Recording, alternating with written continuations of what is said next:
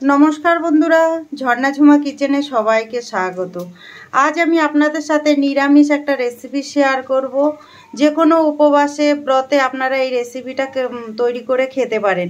তো আমি তৈরি করব আজকে সাবুদানা দিয়ে পকোড়া তৈরি করব। তো এই রেসিপিটা আমি কিভাবে তৈরি করেছি চলে সেটা এখন আপনাদের সাথে শেয়ার করব। জন্য দেখেন এখানে আমি সাবুদানা নিয়েছি আর সাবুদানাগুলো আমি ভিজিয়ে রেখেছিলাম। দেখেন খুব সুন্দর ভিজে গেছে।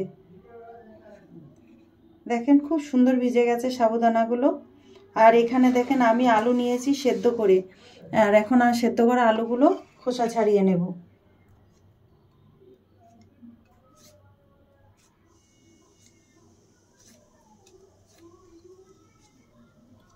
সবকটা আলুকে এইভাবে আমি সেদ্ধ আলুকে খোসা ছাড়িয়ে নেব। দেখেন আলুগুলো আমি খোসা ছাড়িয়ে নিয়েছি। এখন এখানে সাবুদানার মধ্যে নিয়ে নেব। ভিজিয়ে রাখা সাবুদানার মধ্যে দেখেন এইভাবে আমি একটু ম্যাশ করে নিচ্ছি।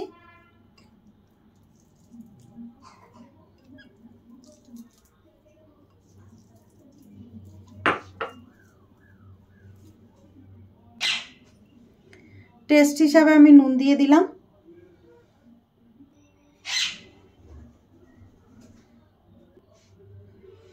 দিয়ে দিলাম গ্রেট করা আদা। আপনারা যদি নিরামিষ করেন তাহলে আদা দিয়ে করবেন, আর যদি নিরামিষ ছাড়া করেন তাহলে কিন্তু আপনারা পেঁয়াজটা দিতে পারেন। আর দিয়ে দিলাম কাঁচা লঙ্কা কুচি, ধনেপাতা কুচি। ধনেপাতাটার পরিমাণটা একটু বেশি দিয়েছি আমি। দিয়ে দিলাম গোটা জিরে।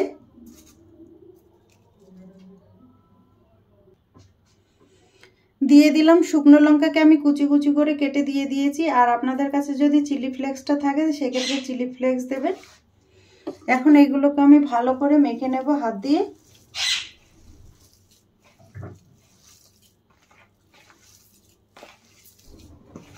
আপনারা যে কোনো দিনে কিন্তু এই রেসিপিটা তৈরি করতে পারেন উপবাস থাকলে।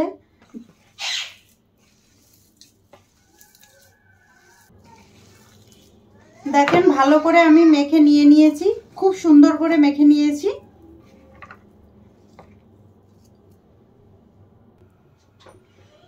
এখন আমি এগুলো পকোড়ার মতো বানিয়ে নেব।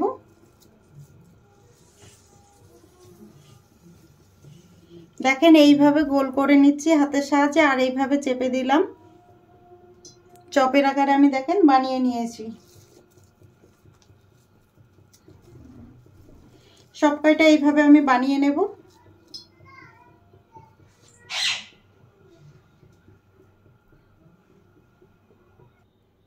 দেখেন এখানে আমি কয়েকটা বানিয়ে নিয়েছি। এখন এগুলো আমি ভেজে নেব।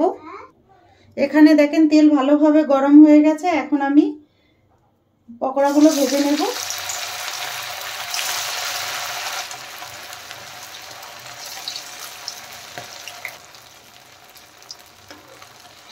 একসাথে বেশি দেবেন না কিন্তু।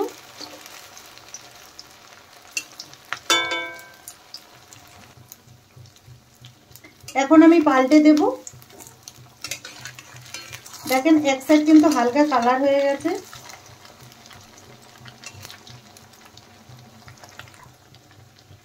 পকোড়াগুলো কিন্তু উল্টে পাল্টে লাল লাল করে ভেজে নিতে হবে।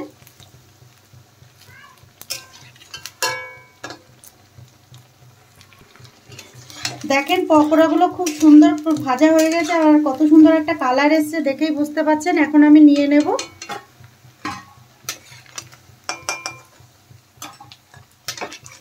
এইভাবে কিন্তু আমি সব পকোড়াগুলো ভেজে নেব। দেখেন আরো কিছু পকোড়া আমি ভেজে নিচ্ছি।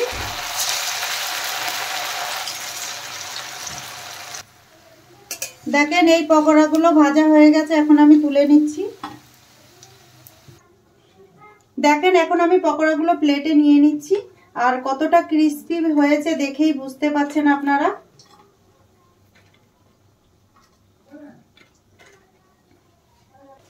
দেখেন তৈরি হয়ে গেছে সাবুদানা পকোড়া। এই রেসিপিটা যদি আপনাদের ভালো লাগে তাহলে আমার চ্যানেলটাকে সাবস্ক্রাইব করবেন, লাইক করবেন, কমেন্ট করবেন আর অবশ্যই শেয়ার করবেন।